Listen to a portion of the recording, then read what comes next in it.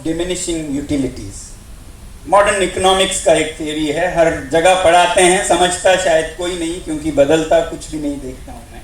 तो law of diminishing utilities क्या सिखाता है? वो कहता है कि हर साजो सामान का जो मूल्य है, अर्थ है जो आपके जीवन में, वो घटता जाता है।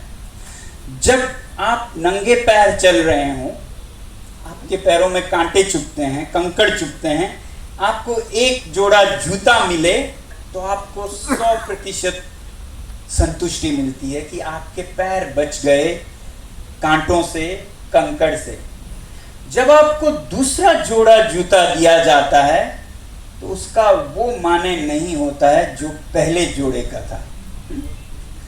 मगर तीसरा जोड़ा जब आता है तब तो और भी कम। अब यहां लोग 30वां जोड़ा जूता खरीदने में लगे हैं जिसका हमें कोई अर्थ नहीं रहता है, मगर प्रकृति का विनाश उतना ही होता है जितना पहला जोड़े से। ये लॉ ऑफ डिमिनिशिंग यूटिलिटी है कि आप जब जमाखोरी करते जाएं तो उसका अर्थ, उसका मूल्य घटता जाता है। तो ये तो है लॉ ऑफ डिमिनिशिंग यूटिलिटीज। उसको मैं थोड़ा सा मोड़ देता हूं, वांगचुक ट्विस्ट कहिए। मैं ये कहता हूं कि आप 30वां जोड़ा जूते के बाद 31वां भी जरूर खरीदिए, मगर अपने लिए नहीं, क्योंकि आपके लिए 31वां है, वो किसी ऐसे इंसान के लिए खरीदिए जिसका ये पहला बनेगा। तो फिर आपके पैसे का बहुत मतलब है, क्योंकि आप 100%, 60वां लीजिए, 70वां लीजिए, 7000% संतुष्टि ले पाएंगे, क्योंकि ऐसा कोई पा रहा है जिसके पैरों में पहला जोड़ा भी नहीं है। तो ये सीख मॉडर्न इकोनॉमिक्स का है। और एक इसी आधुनिक अर्थशास्त्र का मुझे ताज्जुब लगता है कि बिजनेस में, फाइनेंस में उन्होंने ये नहीं सुना होता है या फिर उस पर कुछ करते नहीं हैं। एक है ईस्टरलिन्स पैराडॉक्स, आप भी जाके देखिएगा। ईस्टरलिन कोई मशहूर अर्थशास्त्री थे। उन्होंने बहुत अध्ययन करके ये पाया और दुनिया को ये बताया कि वेल्थ एंड हैप्पीनेस,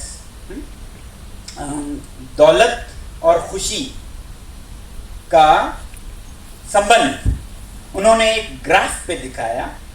ऐसे अगर एक ग्राफ हो तो एक पे वेल्थ है, एक पे हैप्पीनेस है। तो वो ये देखते हैं कि हैप्पीनेस है उधर और वेल्थ है इधर। जैसे जैसे अगर वेल्थ नहीं हो, जीरो हो, तो हैप्पीनेस भी जीरो होता है। ये तो हम समझ सकते हैं।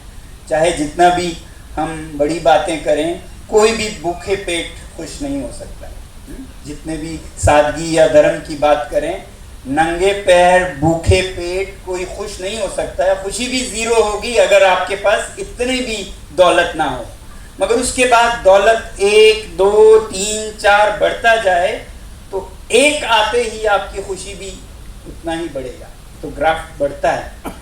2 दौलत आई तो खुशी भी उतनी ही बढ़ी। तो ये ग्राफ बढ़ता जाता है, मगर ये निरंतर बढ़ता नहीं जाता है। ये तो कोई भी सोच सकता है, मगर उन्होंने अध्ययन करके दिखाया। लोगों से, बहुत लोगों में संपर्क करके अध्ययन करके दिखाया कि कुछ देर बाद ये ग्राफ फ्लैट हो जाता है। दौलत बढ़ती जाएगी मगर खुशी नहीं बढ़ेगी। दौलत जितना भी बढ़ेगा, खुशी वहीं पर है।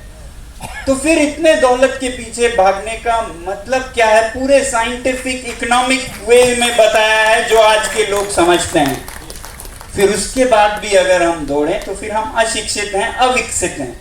विकसित तो वो हैं ये जल्दी समझ जाएं और जितने में खुश उतने की ही आप दौड़ धूप करें।